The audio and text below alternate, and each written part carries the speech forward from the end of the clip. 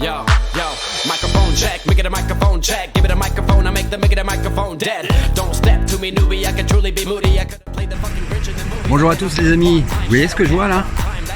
La naissance du nouveau mur du cinéma des Carmes.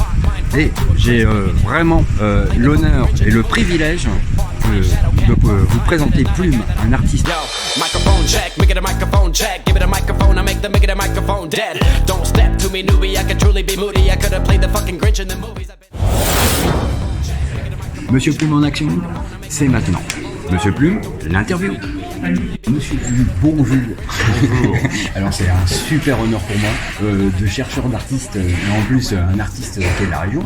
C'est ça? Tourangeau, ouais. Tourangeau. Saint-Pierre-des-Corps. Ouais. Saint-Pierre-des-Corps, oui, Saint-Pierre-des-Corps. Bah oui, effectivement, on n'est pas loin. Alors, j'ai juste une question là. Pourquoi Monsieur Plume?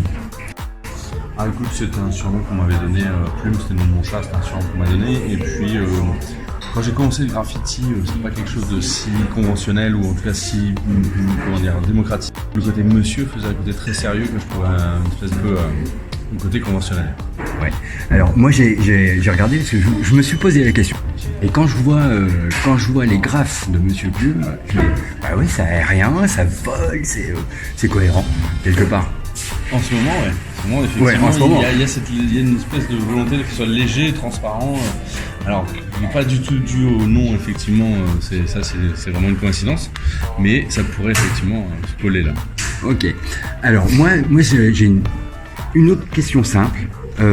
Comment Monsieur Plume est arrivé au graphe? Son univers, comment il a découvert le graphe en fait?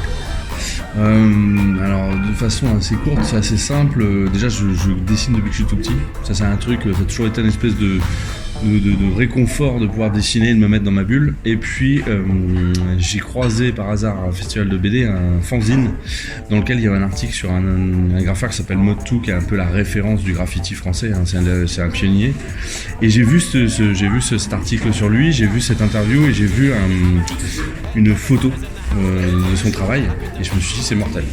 Et voilà, je me suis dit c'est super, et surtout je me suis aperçu qu'il faisait les dessins comme moi j'aimais faire. Enfin, il avait plus de talent que moi à cette époque quand même, monsieur, mais il faisait des dessins sur les murs.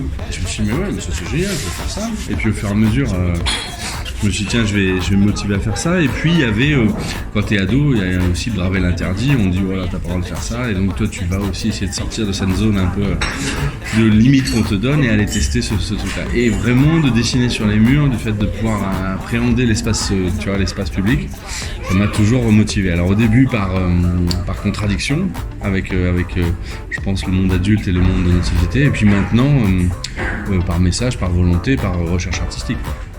Ok, bah super. Alors on a eu l'occasion d'en parler là. Juste une dernière question. Et moi ça m'intéresse fondamentalement en tant qu'artiste.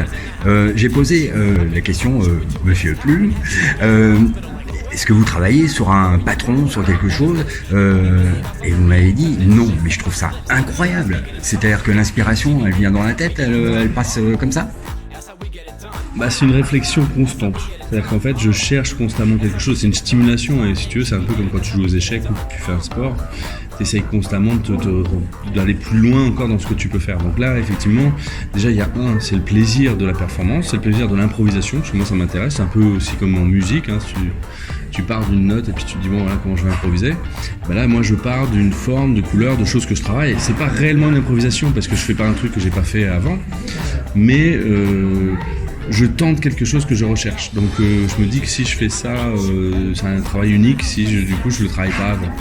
Et puis il y a le plaisir aussi de, comme on faisait dans la rue, d'arriver et de dire bon bah voilà moi je vais faire un truc là.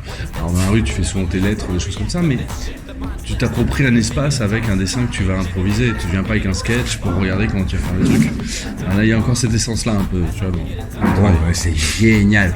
Bon, alors tout le monde, je pense qu'ils ont pris une leçon d'apprentissage de l'art graphique, en fait, du graphe. Et j'étais ravi de recevoir Monsieur Plume. Franchement, j'ai appris beaucoup de choses. C'était vraiment un honneur de connaître un artiste comme Monsieur Plume. Voilà, et j'espère longue vie artistique de l'autre côté, hein, puisque la création, elle passe aussi par là et par les idées qu'on a dans la tête. Et je trouve que voilà, Monsieur Plume, c'est le modèle parfait de création vivante et qui s'exprime mais librement. Et le résultat est bluffant et j'adore. Voilà. Merci. Merci bien.